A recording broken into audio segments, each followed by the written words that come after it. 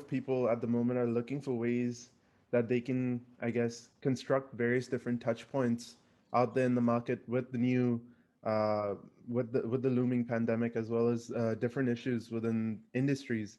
So I think IG has set a brand new standard for how do you collaborate with all of these different customers on different touch points, regardless of them actually being able to be part of your hotel. So I think that's great. So moving forward, I believe that there's a great point you touched on, and that's about brand differentiation. And I think brand differentiation is a really important factor for any success for any company. So, how do you think IG has powered their design philosophy through their multiple brands and maybe outshine the competition? I know Holiday Inn versus Crown Plaza both tend to mice industries. However, through brand separation, they build on a different archetype for the customers coming in. So, how do you attract that different dynamic and generate that top line growth that you've been trying to year on year with these different market forces in the mix? Sure. Yeah, so I think for IHG, where we've been good at is sort of keeping different swim lanes in our brand Hmm. portfolio, right? So I think each of them is deliberately designed in their own unique space in the market where they don't have much overlap with each other. And the idea is, the economy has changed. It's gone from specific consumer demographic to a demographic that travels for occasion, or now doesn't travel and still has occasion needs, right? So be that a family occasion, be that a work occasion, be that, a honeymoon type romantic occasion. So we've needed to be flexible. And the beauty of our brands is I think they each have their own ethos that caters to quite specific outcomes. So it's been great because I think with COVID, we've had to kind of stick to the core of what the brand is, but kind of look at how that brand philosophy can be tweaked for the modern economy. And one great example is, for example, Crown Plaza, right? So Crown Plaza is our upper upscale brand, basically entry 5-star brand. And it was originally designed for business travelers and for MICE. So obviously not much international business travel is happening today, not much MICE is happening today, right? And when this was founded, think of it like our business class brand for hotels, right? Now, historically, what this has meant, right, has been larger floor areas, nice chandeliers, grand staircases, big ballrooms. Obviously, these things are very different today. And obviously, business travel has changed today. And in fact, COVID has accelerated the trend of changing business travel and business occasions. So today, I think if you look at what that means for business travel, then we had a big relook at Crown Plaza.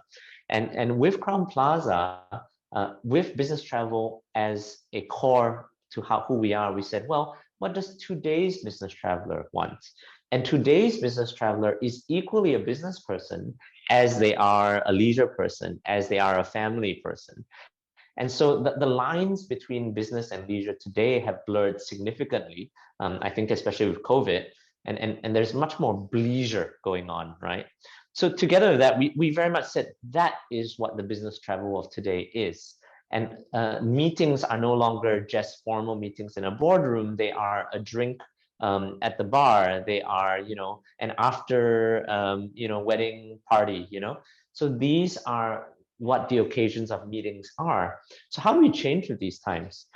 So this was where we said, well, let's flex towards the modern business traveler, which is not only focused on business, but focused on leisure just as much. And it's very much that leisure domination. So we did things like tie up with the Global Entrepreneur Network. So we are their exclusive host hotel.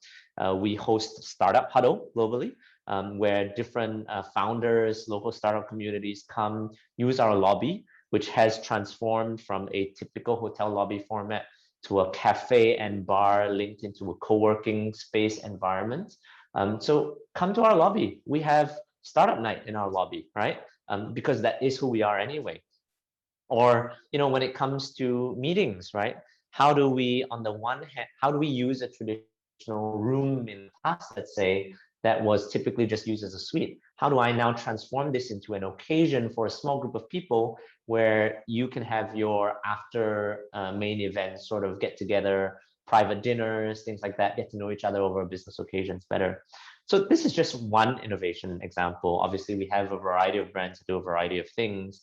And, you know, across the estate, we've done things like made all-day dinings, you know, kind of a burger bistro concept with drinks, right?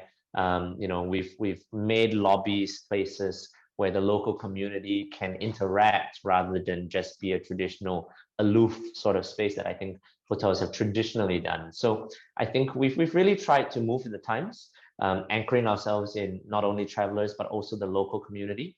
And I think when travel comes back, this is where people are going to appreciate the changes, because when you travel, you actually want to experience the locale of where you are.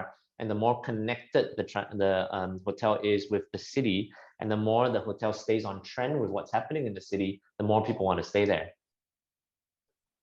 Bryan, thank you so much for all of your responses. I think this has been a great example as well as a great look into how different industries have been changing throughout this pandemic.